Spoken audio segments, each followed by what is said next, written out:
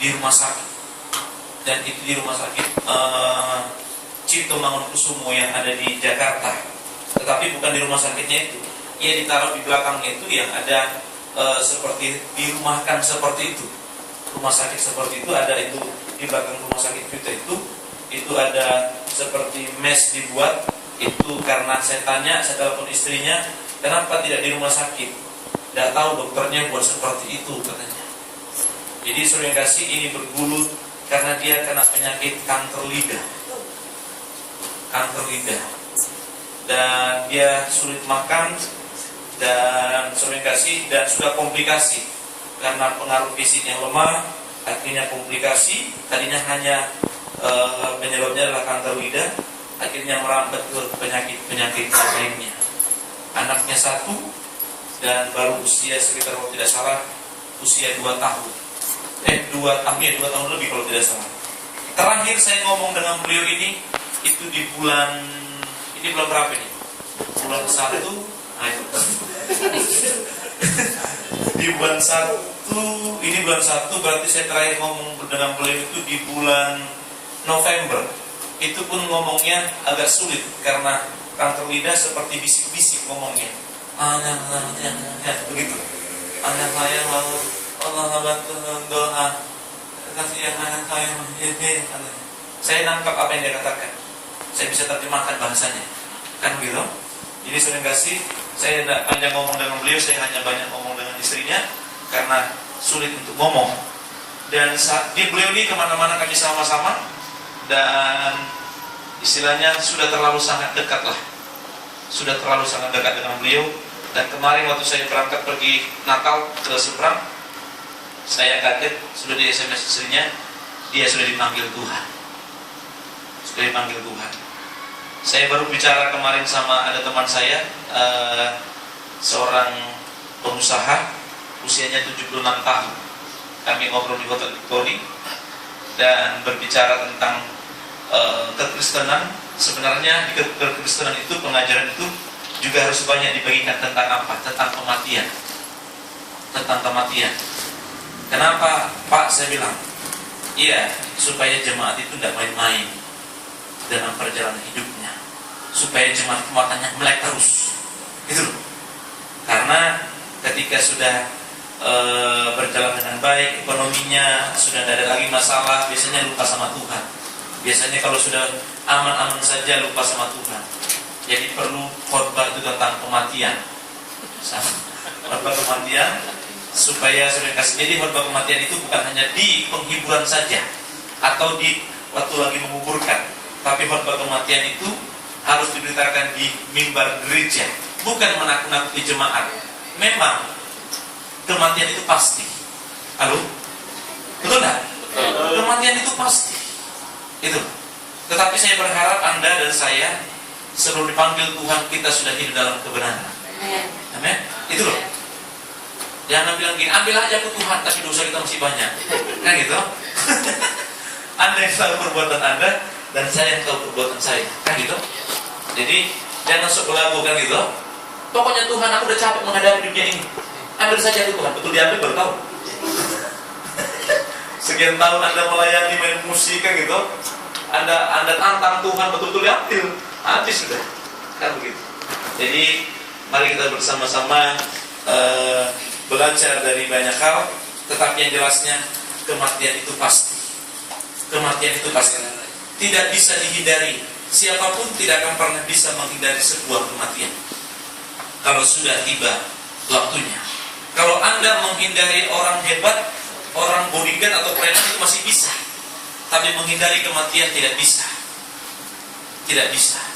Oleh karena itu sering kasih, saya bukan menakut-nakuti Anda dan saya, karena Tuhan juga memanggil, tidak membatasi yang tua maupun muda, yang kecil maupun besar. Kalau dia sudah kangen sama Anda dan saya, dia akan panggil saudara. Amin. Amin. Jadi kalau saudara yang dipanggil itu berarti Tuhan itu sudah kangen sama saudara. Gitu loh. Saudara, kamu sudah capek di sana, saya ambil aja. Kan gitu? Daripada berbuat dosa lagi, kan gitu? Nah itu dia. Puji Tuhan, saudara yang kasih.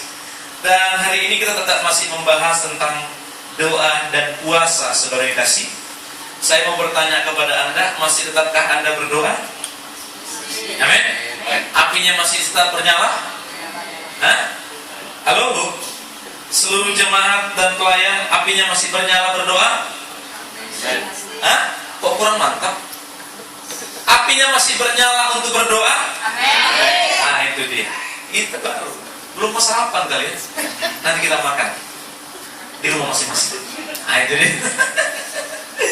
Selain kasih saya seperti apa yang saya katakan kepada Anda, doa itu sesuatu yang memang sangat sulit untuk dikerjakan, dilakukan. Seminggu Anda pasti semangat untuk berdoa, tetapi lewat dari situ kemungkinan sudah mulai kendor. Berjalan 1 bulan mulai tambah kendor. Itu ibaratkan Anda punya celana, sorry kasih, celana pendek yang punya karet itu kendornya karena kenapa? Iya, karena sering dipakai, bukan hanya sering dipakai juga, sering dicuci dan karena dijemur. Karena zat kimia dengan cahaya bumi ini itu membuat itu semakin pudar dan semakin kendor. Jangan berpikir negatif ya. Memang ada yang saya tahu kolor juga Pak begitu kan. Nah, ini jadi sudah kasih. Apa sampai di mana tadi? Benar. Ya, benar.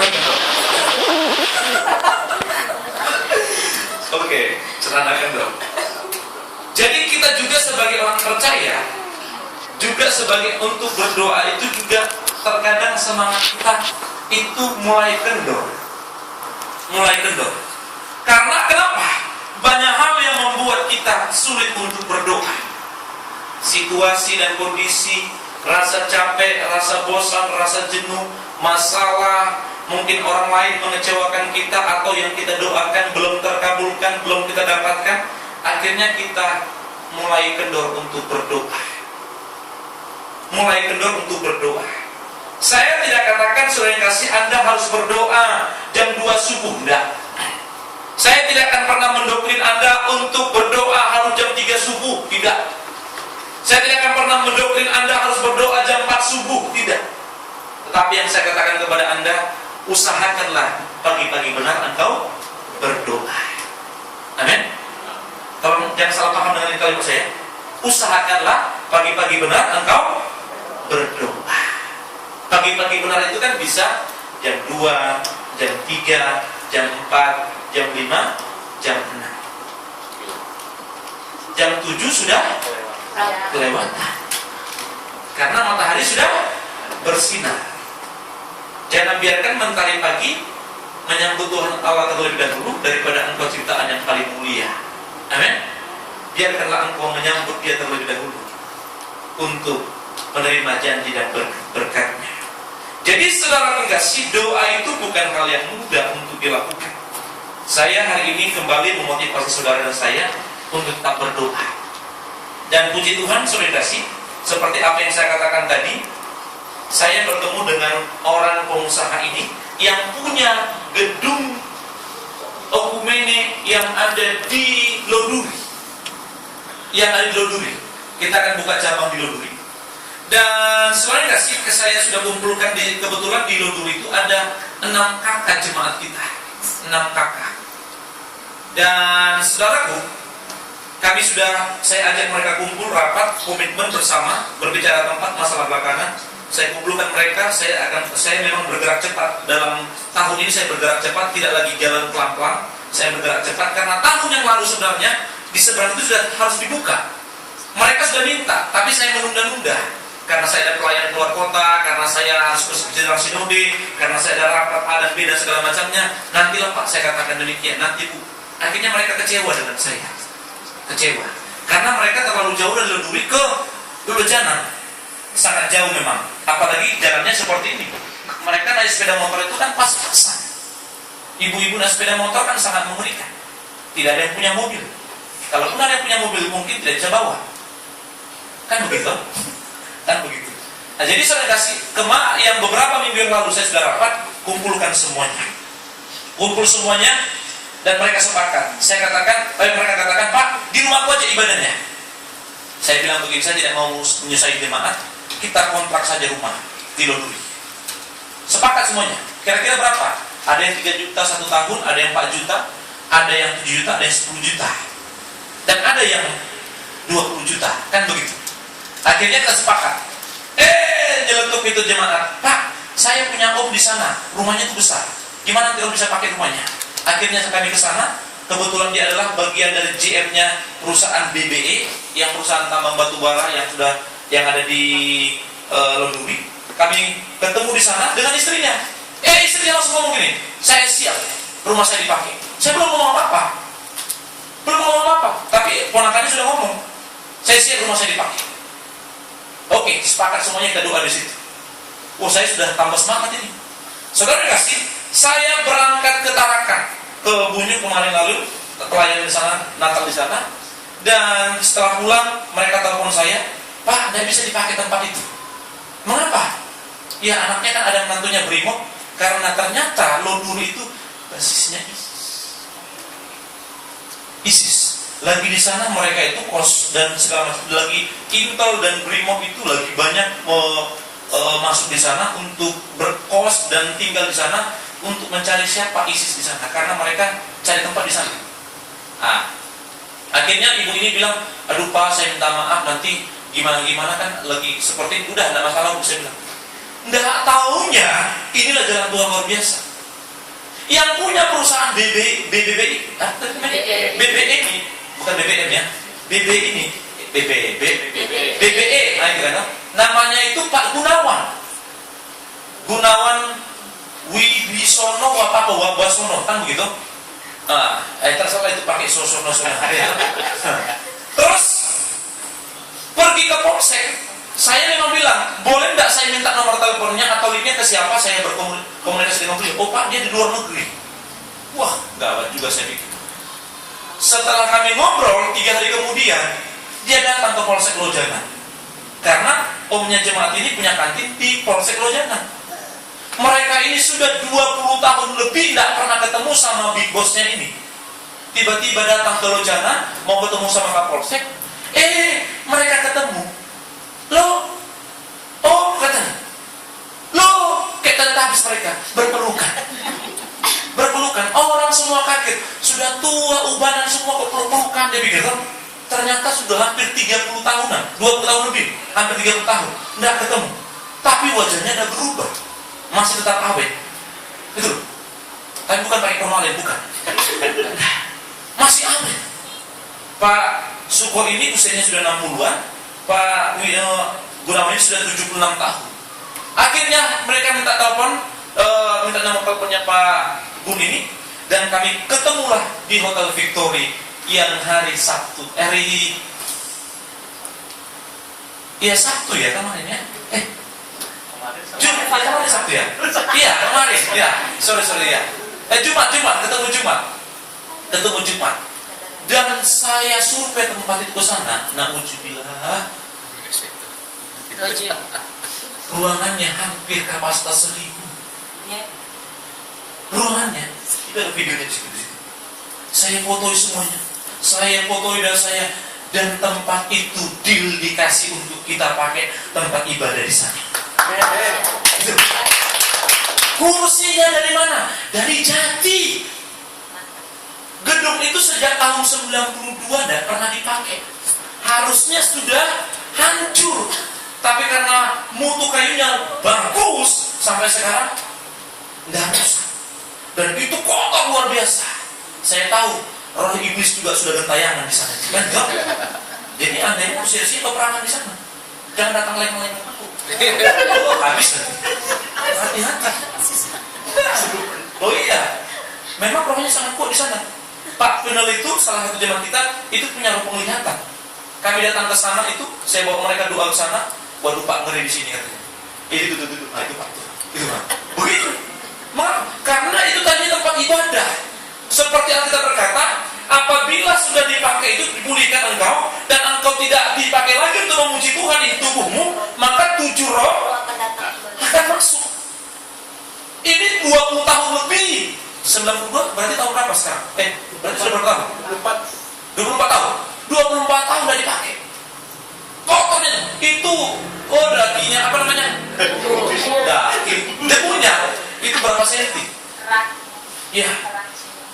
kata saya cerita sama Bu Kapin, itu harus dipermalin kan? Dia apa? Di postek itu loh. Dan itu harus dibersihkan rame-rame. Tahu nggak apa yang terjadi? Kami bertemu kemarin di Hotel Victoria. Pak, saya tidak akan pernah pulang ke Jakarta dan berangkat ke luar negeri kalau itu belum beres supaya Bapak bisa pakai. Wih, kan renovasi itu kan ratusan juta itu. Akhirnya tolong cari kontraktor. Saya cari Pak Suri tua itu Pak Suri juga itu bisa hidup itu. Sama Pak David sudah mulai mereka besok itu kan sudah itu gede itu biayanya itu bukan 10-20 juta itu ganti ini kalau memang bertahap Pak ya itu pasti 100 juta lebih itu bisa habis itu loh. Pokoknya dia bilang saya sebelum pulang belum beres ini semuanya saya belum pulang. Dan tahu nggak yang paling luar biasanya? Ternyata itu letak batu pertamanya itu dibuat oleh siapa?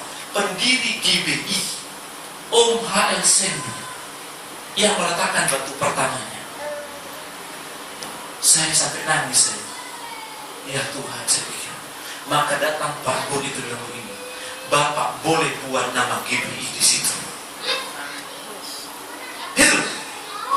Lalu saya bilang, Pak, biarkan saya berinovasi apa yang saya bisa. Silakan.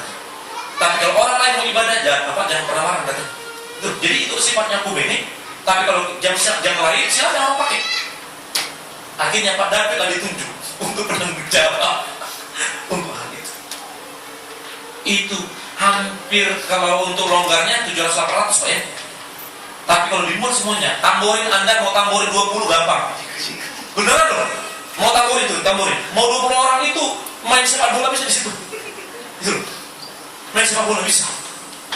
Dan kita akan mengerjakan pekerjaan besar di Gloduri. Amin. Karena di sana pesta pora, mabuk, narkoba sangat kuat di sana. Banyak orang yang tidak ke gereja di sana. Karena orang sudah malas ke gereja. Kenapa malas ke gereja? Karena khotbahnya sudah. Ya. Habis itu datang pendetanya, ayo kita minum. Nah, ini dia. Sama-sama ngomong. Sama-sama minum tuh sama jemaatnya. Sama-sama minum cap tikus sama jemaatnya. Akhirnya banyak orang tidak ke gereja. Itu tugas siapa? Tugas kita. Terus uangnya dari mana? Bukan dari kantong. Kok keberatan? Oh iya dong. Dari kantong kita. Kalau Anda mau kantong Anda terbuka, kantong saya tidak terbuka. Tapi ketika Anda melihat Bapak Gembala Anda mengeluarkan kantongnya, saya yakin jemaat yang benar. Tidak, amin. Katakan sampai pikir dengannya, jangan sampai kantongnya Bapak Gembala itu. Amin. Amin. Karena kita akan buat karya besar di sana. Amin. Anda dan saya bergerak. Anda akan menjadi tim aser semuanya. Lalu untuk melawat pekerjaan Tuhan di sana. Dan Anda akan bisa melihat posisi yang besar di sana. Amin. Anda akan terjaga oleh pekerjaan Tuhan. Ternyata yang belum betul-betul jalannya. Wah, yang kerasukan setan akan dipulihkan Tuhan. Amin. Itu akan terjadi. Sampai beberapa jemaat dikatakan begini, Pak, jangan-jangan yang terbesar di karisma itu ada di Gloduri kan? Anda tersinggung nggak? Artinya jangan tolak juga. Begitu maksudnya. Jadi saya kasih dimulai dengan apa? Doa. Dimulai dengan doa. Dan saya sebenarnya sudah merancangkan, ya paling tidak kalau tripleknya ini di itu semuanya paling ya sekitar 30 juta. Saya pikir, udahlah gereja nanti yang tangani, saya pikir seperti itu. Tapi jalan Tuhan lain. Dia pertemukan begitu rupa, begitu bagusnya dia pertemukan. Itu saya kaget luar biasa. Saya kaget. Bayangan saya tempat itu hanya 150 atau 200 atau 300. Itu bayangan saya. Karena saya punya api besar di lubung itu membuat suatu terobosan kegerakan besar di sana. Saya mikir kalau di rumah ibu ini mau KKN, jemaat nanti yang datang kalau misalnya jemaatnya datang 200 300 nggak muat. Kan begitu? Nggak muat. Hanya muatnya habis 60 orang di rumah itu. Nggak muat. Jadi saya kasih Tuhan kasih tempat yang besar, yang luar biasa. Dan itu kalau nanti Anda kesana nanti sama-sama, pasti Anda berkata gini, wow, begitu. Pasti Anda berkata seperti itu. Itu tidak jauh di jalan, hanya sekitar berapa meter Pak Saudara? 50 meter. Dan Anda yang mau jogging silahkan jogging di situ. Bagus tempatnya. Parkirnya luas. Tapi saya belum tanya Pak, bisa tidak pelihara babi? Saya belum tanya. Saya belum tanya sama beliau. Karena saya belum sampai ke intinya situ. Karena orang ini terschedule semuanya, terstruktur semuanya. Orang ini profesional orang kerjanya. Jadi harus tepat waktu. Jadi jam 10 ketemu di Victoria, jangan jam 10. Lewat dari situ kita udah tinggal kita. Begitu dia. Hebat juga saya pikir. Sampai pada hari dibilangnya, jam berapa kita mau ketemu besok? Ya jelas. Kalau mau jam 9, jam 9. Kalau jam 8, jam 8. Begitu ngomongnya. Jangan kalau Anda datang jam setengah 9, tapi kita seperti jam 8, Anda saya tinggalin katanya. Begitu kan? Itu luar biasa disiplin. Jadi kembali seperti apa yang saya katakan, saudara kasih, saya berharap seluruh jemaat Dewi Karisma dan seluruh jemaat yang hadir pada saat hari ini jangan pernah kendor doa. Amin. Jangan pernah kendor doa. Terserah Anda mau jam berapa berdoa, terserah. Ambil jam doamu. Saya berharap Anda tidak kendor jam doa ini. Yang tadinya Anda bisa doa 15 menit, harus Anda tingkatkan, harus Anda berdoa 20 menit. Yang tadinya Anda berdoa 20 menit, harus 25 menit. Yang tadinya 25 menit, 30 menit. Tingkatkan kualitas doa. Anda sudah dapat pokok-pokok doa ya? Sudah. Jadi saya kasih, saya berharap api ini kita tangkap bersama-sama untuk mengerjakan pekerjaan Tuhan yang besar. Dan ada seorang nakal yang seorang pastor dari Singapura ikut dengan beliau. Saya bingung melihat dia. Dia sudah bisa berbahasa Indonesia, tapi sedikit-sedikit saja bahasa Indonesianya, kebanyakan dia berbahasa Inggris. Saya kasih di mobil, dia kasih saya uang 2.000. 2.000. Dia bilang begini, maaf ya, kan lucu juga kan, pendeta besar ini seorang yang milik sekolah yang sangat besar, sudah kasih. Ada 2.000, ada 2.000. Jadi, pastor, ini ada berkat buat you, katanya. Itu, dan tak tahu pastor itu lihat saya di dalam mobil, apa tidak dikasih uang itu. Nah, nanti saya 2.000 saja. Tapi saya terima aja. Kan agak-agak siring sudah kan. Masa saya misalnya dengan Pak Sakaria atau dengan Pak Jimmy dan jalan gitu, ini ada berkat buat Pak Jimmy, saya kasih 2.000. Kan pasti Pak Jimmy ngomong gini, sudah saya dengan bapak itu, kecuali itu uang parkir kan itu, itu masuk akal. Dia kasih saya 2.000. 2.000 Singapura. Bukan 2.000 kita, 2.000 uang rupiah. Dia kasih. Itu pun uangnya sudah gak kumpul. Nggak tahu mana sudah saya tahu itu uangnya. Terus habis dari itu sudah sampai di dekat jembatan Mahakam, dia kasih lagi saya 20.000. Saya bertanya, dia bilang gini, pastor, saya mau berkati lagi, dikasih lagi 20.000. 20.000. Simpan saja di berkat itu. Oh iya, terima kasih pastor, saya bilang. Sampai di Loduri, dikasih sama saya uang dolar Singapura, 10 dolar. Tuhan berbicara lagi sama saya, pastor katanya, ini kantongi katanya. Dia ambil 10 dolar sama saya. Loh ngapain lagi pastor? Saya bilang, nggak usah, saya bilang, nggak, terima saja. Saya bingung, bertanya-tanya, pasti maksudnya pastor ini. Apakah dia itu nggak ada duit kah? Saya pikir, biar saya memberkati dia kan gitu. Kan begitu. Nah, kan namanya memancing kan harus ada kailnya kan gitu, dan umpannya kan gitu. Saya kurang tahu. Dia kan Nabi dulu. Kemudian Nabi. Habis dari situ sudah sampai kami mau pulang, dikasih lagi saya 10 dolar. Tuhan gerakkan saya lagi sama-sama pastor, dikasih lagi ini pastor 10 dolar lagi. Kenapa tidak sekaligus saya pikir? Iya kan? Betul? Saya bertanya-tanya sampai sekarang saya belum dapat jawaban. Saya bertanya, apa sih maksudnya gitu? Nggak ngerti saya. Tapi ada satu ayat yang dia kasih sama saya, Efesus pasal yang ke-6, yang berbaju jerahkan, berketopang, keselamatan. Itu. Dan tekunlah kamu dalam doa. Itu dia katakan seperti itu. jangan pernah lupa. Dia kasih tulisan sama saya, ini ayat buat pastor, katanya begitu, untuk mengerjakan pekerjaan yang besar. Dia katakan begitu. Tapi sampai sekarang saya belum dapat jawabannya. Saya berdoa dari kemarin, dari tadi malam. Apa sih maksudnya pastor ini? Dia sudah berangkat ke Singapura hari ini, jam 3 subuh tadi. Sudah berangkat. Apa sih maksudnya ngasih 2.000, ngasih 20.000, ngasih $10, baru ngasih $10 lagi? Kenapa mereka sekaligus ya Tuhan sendiri? Tapi mengapa mesti ada 2.000? Apakah ya? 2.000 jiwa. Nah itu dia. Saya kurang tahu. 200 jiwa. Terjemahkan sendiri aja. Kan gitu? Biarkan Tuhan nanti yang menjawab kepada Anda dan saya. Kalau Anda jawaban itu sudah Anda dapat, boleh tahu beritakan sama saya. Amin? Siapa yang lebih dulu kan gitu? Saya jelasnya tidak tahu. Tapi jelasnya itu uang dikasih sama saya. Dan itu sampai sekarang saya simpan. Saya tidak akan pernah belikan itu. Saya tidak akan pernah belikan. Saya simpan itu. Suatu kelak gereja itu dan dilawat Tuhan, maka saya tunjukkan uang itu sama dia. Pastor, masih ada itu. Pastor, saya bilang begitu. Itu apa maksudnya? Kan begitu. Jadi saya mau katakan kepada Anda, dimulai segala sesuatunya dalam doa. Amin. Anda harus semakin kencang berdoa. Anda harus semakin kuat untuk berdoa. Dan satu ayat mengatakan seperti ini, agar doamu itu menjadi doa yang sangat luar biasa. Maka ayat Alkitab berkata, kita buka bersama-sama dalam kitab Yakobus pasal yang kelima ayat 16. Yakobus pasal 5 ayat 16. Kita baca bersama-sama.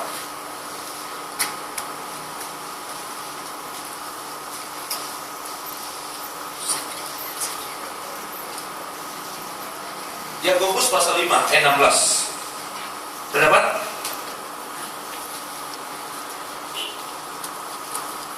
Sudah dapat semua? Alkitab mencatat demikian. Karena itu hendaklah kamu saling mengaku dosamu dan saling mendoakan supaya kamu sembuh. Doa orang benar bila dengan yakin didoakan sangat besar kuasanya. Saya mengarah kepada bagian B-nya. Doa orang benar bila dengan yakin didoakan sangat besar kuasanya. Saya berharap Anda dan saya tidak hanya berdoa, amin, tapi doamu menjadi doa yang sangat besar kuasanya, sehingga doamu itu menjadi doa yang sangat tokcer, memiliki power yang sangat besar, sehingga bisa meruntuhkan setiap kekuatan, setiap tantangan, setiap problema dalam perjalanan pengiringan kita bersama dengan Tuhan. Jadi saya kasih doa yang kita butuhkan bukanlah hanya sekedar doa, tapi doa yang sangat besar kuasanya. Itu doa yang ditemukan dengan sangat besar kuasanya itu dimulai dari siapa? Orang yang benar. Itu ya. Jadi saya kasih, Anda boleh semua sudah berdoa, sudah Pak Pendeta, sudah Pak Gembala, saya terus berdoa. Tapi Anda buat doa itu menjadi sebuah kegiatan rutinitas Anda, tetapi tidak memiliki dinamik, tidak memiliki kuasa, tidak memiliki power. Mengapa? Karena kita tidak hidup dalam kebenaran.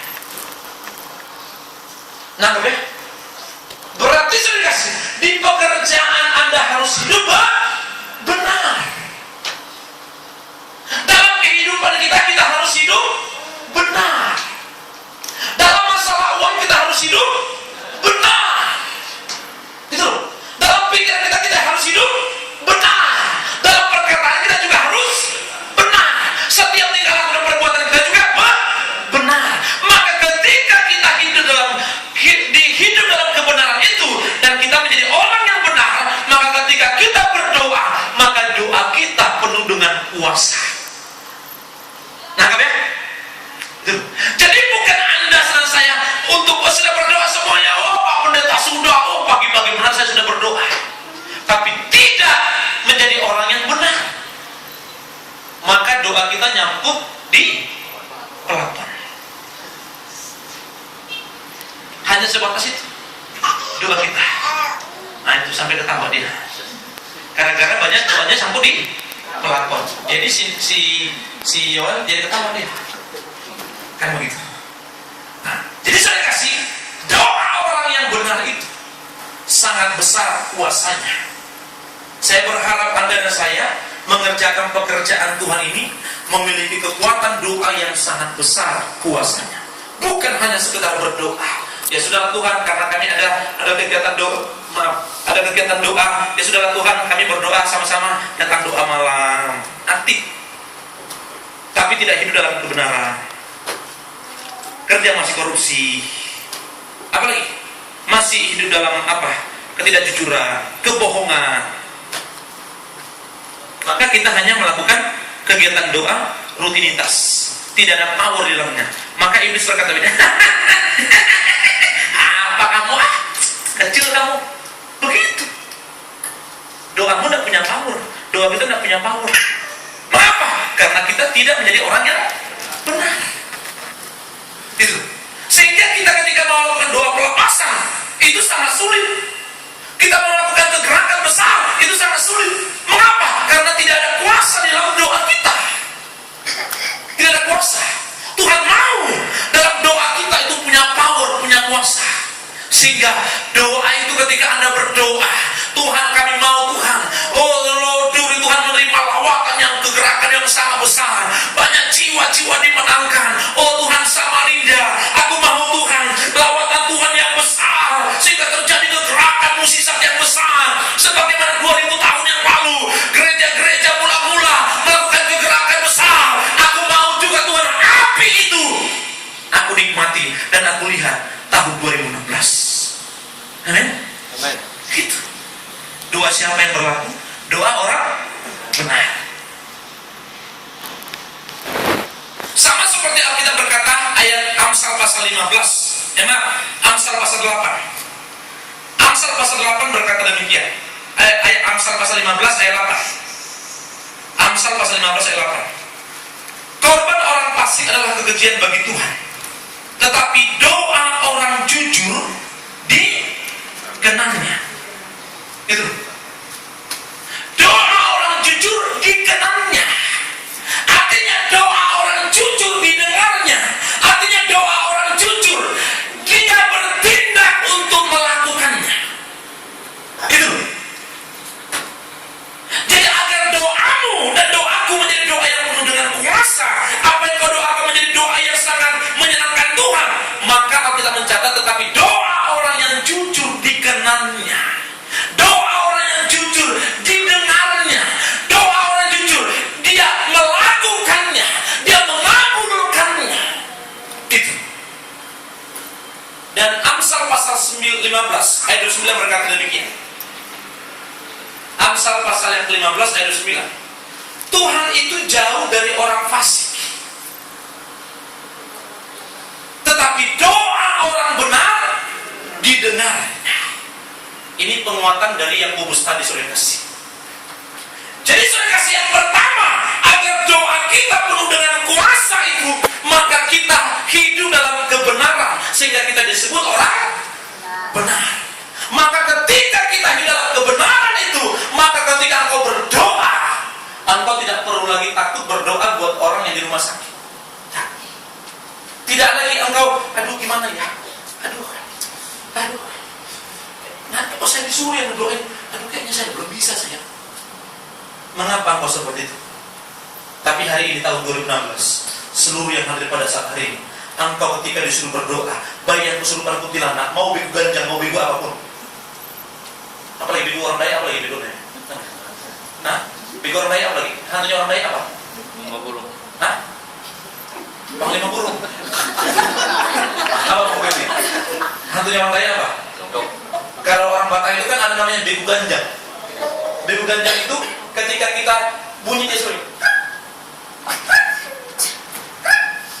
Nah, kita kalau batas itu dicekik kita. Karena dia makin tinggi, maka dia cekik kita. Pada tahun 90-an di kampung kami, itu banyak yang meninggal. Meninggal kenapa? Dicekik sama begu ganjang. Dan itu ada 2 jari di sininya. Pasti yang meninggal itu pasti ada 2 jari di sini. Dan itu hitam di sini, dicekik. Dan orang tua saya selalu mengajari kalau jalan di kegelapan, bunyinya seperti itu, dia jalannya.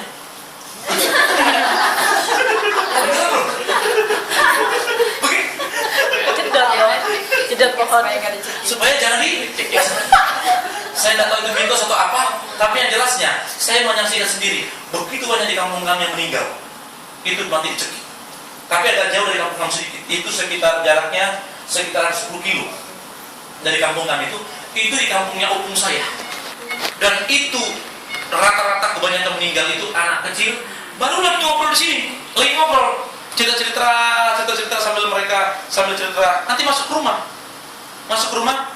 obrol enggak keluar dia, ternyata di dalam kamar sudah kitab sini. Itu sering terjadi sana, dan sudah banyak yang dibakar rumahnya, yang punya rumah bego gancang itu. Itu biasanya ada orang yang punya, disuruh jalan harus ada tumbalnya. Biasanya itu untuk usaha, atau untuk pekerjaan, atau untuk yang lainnya, atau untuk ilmu-ilmu yang lainnya. Jadi kalau di kampung kami itu bunyinya begini. Nah, itu sudah tanda-tandanya harus.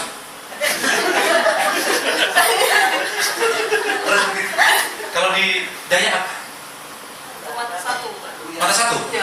Oh, pendekar mata satu. Ya? Ya, terserah mau apa kayak gitu.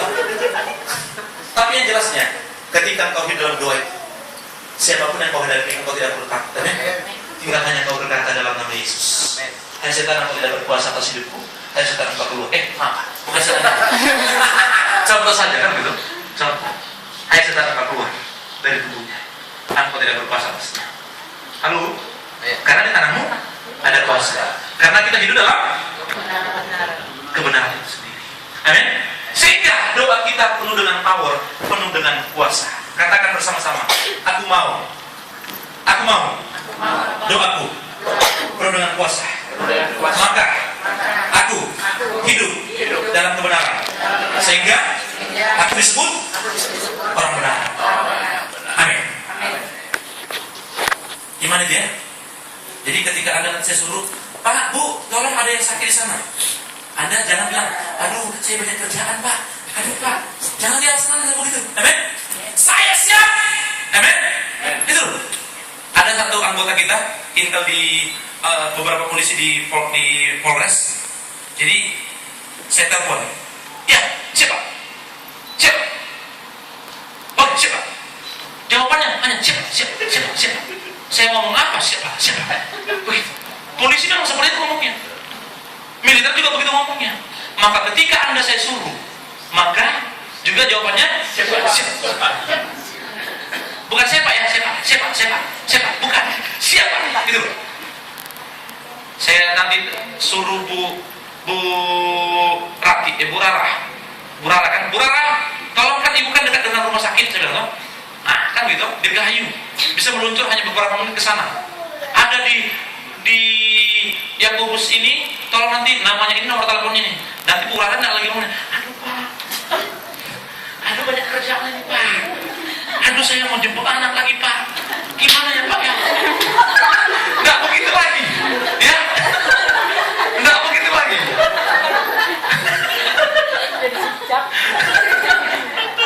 Itu belum goyang itu. Nah gitu. Jadi saya berharap siapapun nanti suatu saat disuruh Anda untuk berdoa, Anda tidak perlu takut lagi. Jawabannya apa? Siap. Begitu. Katakan samping ke kananmu, kamu harus siap. Yang kedua, saudara kasih. Ini yang terakhir katakan. Nah, itu dia. Wah, kok hilang di sini? Saya kira Tuhan suruh selesai, belum? Masih nyala dia, kan gitu? Jadi yang kedua, saudara kasih, selain dari Anda tadi hidup dalam, dan saya hidup dalam kebenaran itu, maka doa kita penuh dengan kuasa. Maka Alkitab mencatat demikian dalam kitab Roma 12 ayat 12. Coba buka. Roma 12 ayat 12.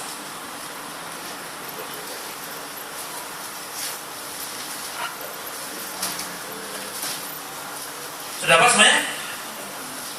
Dalam Roma 12 ayat 12 dikatakan apa di sana? Bersukacita dalam pengharapan, sabar dalam kesesakan. Cuma kalimat yang saya kutip adalah dan bertekunlah dalam doa. Berarti Bapak Ibu sudah kasih ada kata bertekunlah. Selain dari kita hidup dalam kebenaran firman Allah itu, sehingga kita hidup dalam bergaul akrab dengan Allah itu, maka Alkitab mengajarkan kita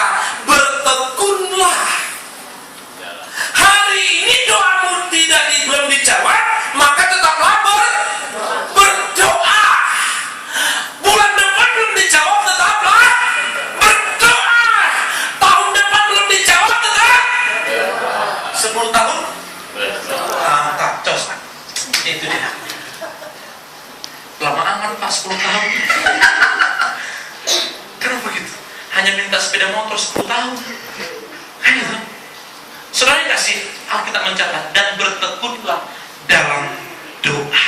Ada kalimat yang menguatkan lagi, saudara kasih, dalam kitab Kisah Rasul 1 ayat 14, yang menguatkan lagi dan sangat melengkapi.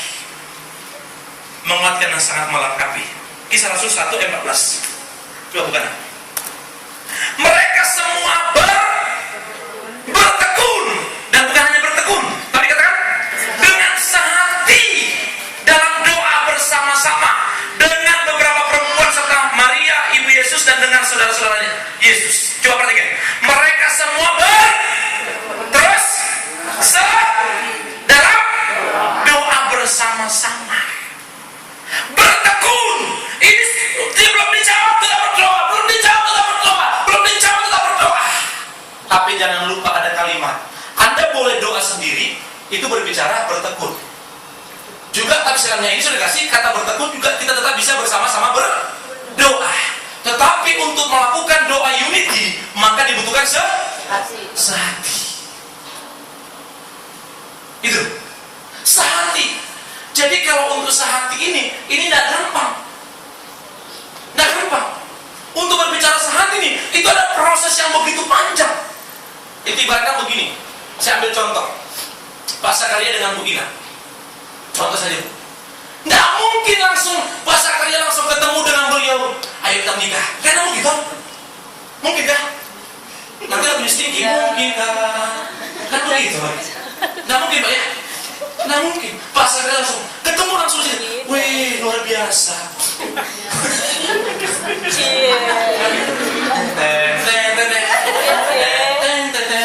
Ayo kita menikah yuk. Datang orang tuanya, siapa kamu? Tidak mungkin. Untuk berbicara saat itu proses. Halo? Itu. Jadi di antara kita sesama pelayan saling kasih, untuk saat itu proses.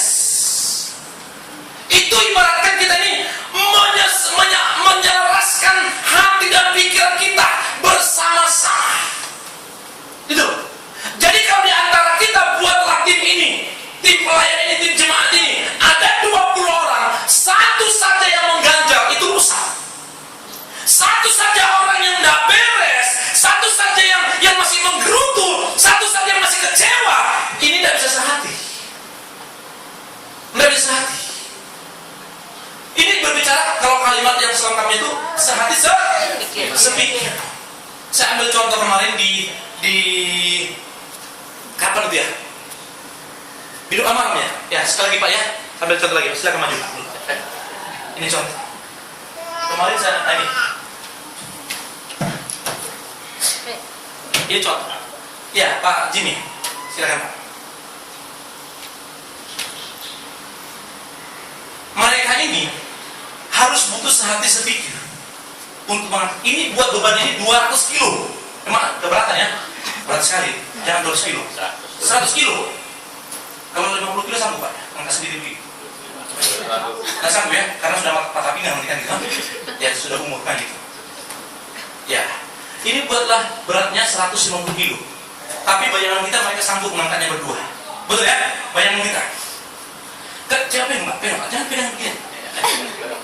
Ketika mereka saya katakan angkat beban itu, mereka ketika tidak sehati sepikir, maka satu sedang menggerutu dia pegang aja, yang satu mengangkatnya. Bisa diterangkan? Bisa tidak? Atau sebaliknya, Pak Jimmy yang sedang kesal, Pak Jimmy yang sedang kecewa, dia mengangkatnya berapa-berapa. Tapi Pak Sakaria lagi serius angkatnya.